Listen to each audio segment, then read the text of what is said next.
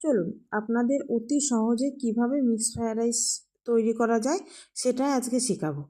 তার জন্য এখানে হাঁড়িতে জল দিয়েছি, জলের মধ্যে দিয়েছিলাম লবণ, তেজপাতা, এলাচ, দারচিনি, লবঙ্গ। এবার ওই জলটা ভালো করে ফুটে গিয়েছে, তার মধ্যে ভিজিয়ে রাখা চালটা দিয়ে দিয়েছিলাম।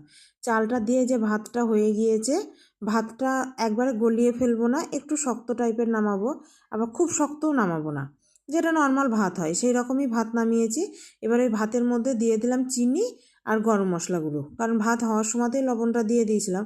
এবার সেটা দিয়ে ভালো করে মাখিয়ে ভাতটা ঢাকা দিয়ে রেখে দেবো, তাতে চিনিগুলো সব গলে যাবে।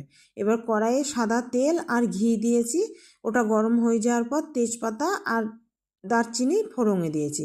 এবার তার মধ্যে দিয়ে দিলাম পেঁয়াজ কুচি আর ক্যাপসিকাম কুচি, দিয়ে একটু লবণ দিয়েছি, দিয়ে ভাজলাম। খুব বেশি ভাজবো না, হালকা ভেজে নিয়ে তার মধ্যে দিয়ে দিলাম সেদ্ধ করে রাখা চিকেন আর মেটেগুলো।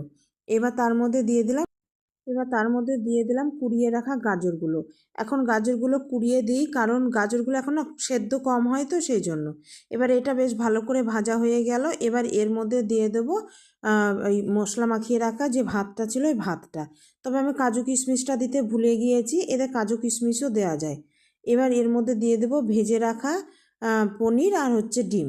এটা দিয়েও আবার বেশ ভালো করে নাড়িয়ে চাড়িয়ে মিশিয়ে নিয়ে এর মধ্যে কিছুটা গোলাপ জল দিয়ে দিলে হয়ে যাবে আমাদের মিক্স ফ্রায়েড। এই যে দেখেছেন তো, তাহলে কত সহজে মিক্সড ফ্রায়েড রাইস তৈরি হয়ে গেল। আপনারাও কিন্তু বাড়িতে একবার ট্রাই করে দেখবেন এইভাবে।